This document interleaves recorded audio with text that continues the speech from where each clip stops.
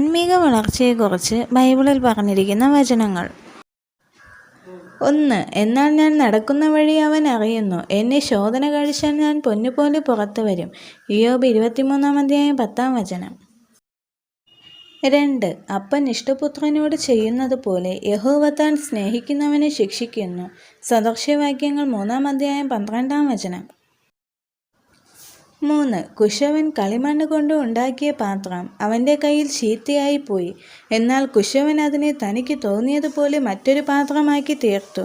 ഇരമ്യാവ് 18-4 4. ഞാൻ നിന്നോട് കാര്യം തീർക്കുന്ന നാളിൽ നീ ധൈര്യത്തോടെ നിൽക്കുമോ? നിന്റെ കൈകൾ ബലപ്പെട്ടിരിക്കുമോ? യഹോവയായ ഞാൻ അത് അരുളി ചെയ്തിരിക്കുന്നു, ഞാൻ നിവർത്തിക്കുകയും ചെയ്യും. യെഹെസ്കേൽ 22-14 5. ആകയാൽ എൻ്റെ ഈ വചനങ്ങളെ കേട്ട് ചെയ്യുന്നവനൊക്കെയും പാറമേൽ വീട് പണിത ബുദ്ധിയുള്ള മനുഷ്യനോട് തുല്യനാകുന്നു. മത്തായി 7-24 6. പുതുവീന് പഴയ തുരുത്തിയിൽ പകരുമാറാകയില്ല. പകർന്നാൽ തുരുത്തി പൊളിഞ്ഞ് വീന് ഒഴുകിപ്പോകും, തുരുത്തിയും നശിച്ചു പോകും. പുതുവീന് പുതിയ തുരുത്തിയിലെ പകർന്നു വയ്ക്കുകയുള്ളൂ, അങ്ങനെ രണ്ടും ഭദ്രമായിരിക്കും. മത്തായി 9-17 7. അറിയാതെ കണ്ട് അടിക്ക് യോഗ്യമായത് ചെയ്യുന്നവനു കുറേ അടികൊള്ളും. വളരെ ലഭിച്ചവനോട് വളരെ ആവശ്യപ്പെടും, അധികം ഏറ്റുവാങ്ങിയവനോട് അധികം ചോദിക്കും. ലൂക്കോസ് 12-48 8. ശീമോനെ, ശീമോനെ, സാത്താൻ നിങ്ങളെ ഗോതമ്പ് പോലെ പാറ്റേണ്ടതിന് കൽപ്പന ചോദിച്ചു. ഞാനോ നിന്റെ വിശ്വാസം പൊയ്പോകാതിരിപ്പാൻ നിനക്ക് വേണ്ടി അപേക്ഷിച്ചു. എന്നാൽ നീ ഒരു സമയം തിരിഞ്ഞു വന്ന ശേഷം നിന്റെ സഹോദരന്മാരെ ഉറപ്പിച്ചു കൊള്ളുക. ലൂക്കോസ് 22-31-32 9. അവൻ വളരേണം, ഞാനോ കുറയണം എന്ന് ഉത്തരം പറഞ്ഞു. യോഹന്നാൻ 3-30 10. ആമേൻ ആമേൻ ഞാൻ നിങ്ങളോട് പറയുന്നു, ഗോതമ്പ് മണി നിലത്ത് വീണ് ചാകുന്നില്ല എങ്കിൽ അത് തനിയെ ഇരിക്കും, ചത്തു എങ്കിലോ വളരെ വിളവുണ്ടാകും.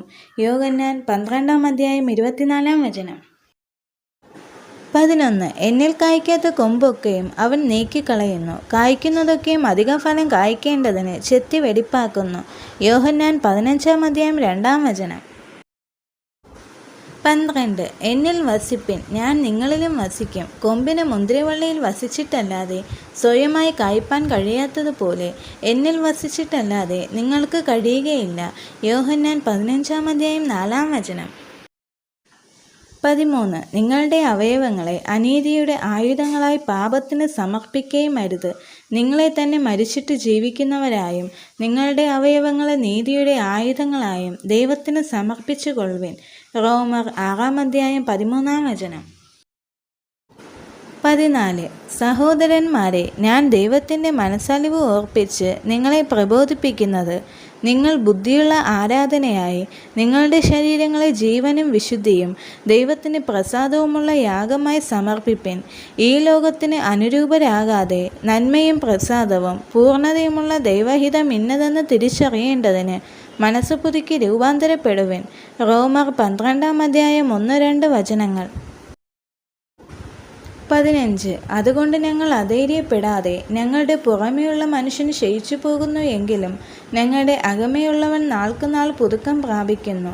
ഞൊടിനേരത്തേക്കുള്ള ഞങ്ങളുടെ ലഘുവായ കഷ്ടം അത്യന്തം അനവധിയായി തേജസ്സിൻ്റെ നിത്യഗാനം ഞങ്ങൾക്ക് കിട്ടുവാൻ ഹേതുവാകുന്നു. 2 കൊരിന്ത്യർ 4-16-17 16. മനുഷ്യർക്ക് നടപ്പല്ലാത്ത പരീക്ഷ നിങ്ങൾക്ക് നേരിട്ടിട്ടില്ല. ദൈവം വിശ്വസ്തൻ, നിങ്ങൾക്ക് കഴിയുന്നതിന് മീതെ പരീക്ഷ നേരിടുവാൻ സമ്മതിക്കാതെ നിങ്ങൾക്ക് സഹിപ്പാൻ കഴിയേണ്ടതിന് പരീക്ഷയോടുകൂടെ അവൻ പോക്കുവഴിയും ഉണ്ടാക്കും. 1 കൊരിന്ത്യർ 10-13 17.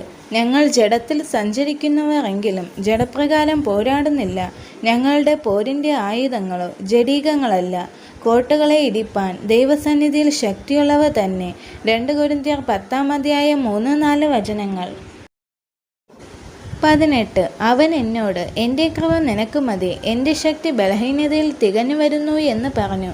ആകയാൽ ക്രിസ്തുവിൻ്റെ ശക്തി എൻ്റെ മേൽ ആവസിക്കേണ്ടതിന് ഞാൻ അതിസന്തോഷത്തോടെ എൻ്റെ ബലഹീനതകളിൽ പ്രശംസിക്കും. 2 കൊരിന്ത്യർ 12:9.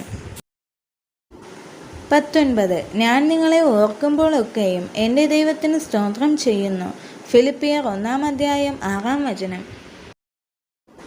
20. വിശ്വാസത്തിൻ്റെ നല്ല പോർ പൊരുതുക, നിത്യജീവനെ പിടിച്ചുകൊള്ളുക. അതിനായി നീ വിളിക്കപ്പെട്ട് അനേകം സാക്ഷികളുടെ മുമ്പാകെ നല്ല സ്വീകാര്യം കഴിച്ചുവല്ലോ. 1 തിമോഥെയോസ് 6:12. 21. ക്രിസ്തുയേശുവിൻ്റെ നല്ല ഭടനായി നീയും എന്നോട് കൂടെ കഷ്ടം സഹിക്കുക. 2 തിമോഥെയോസ് 2:3. ഈ വചനങ്ങളാൽ ദൈവം എല്ലാവരെയും അനുഗ്രഹിക്കുമാറാകട്ടെ. ആമേൻ.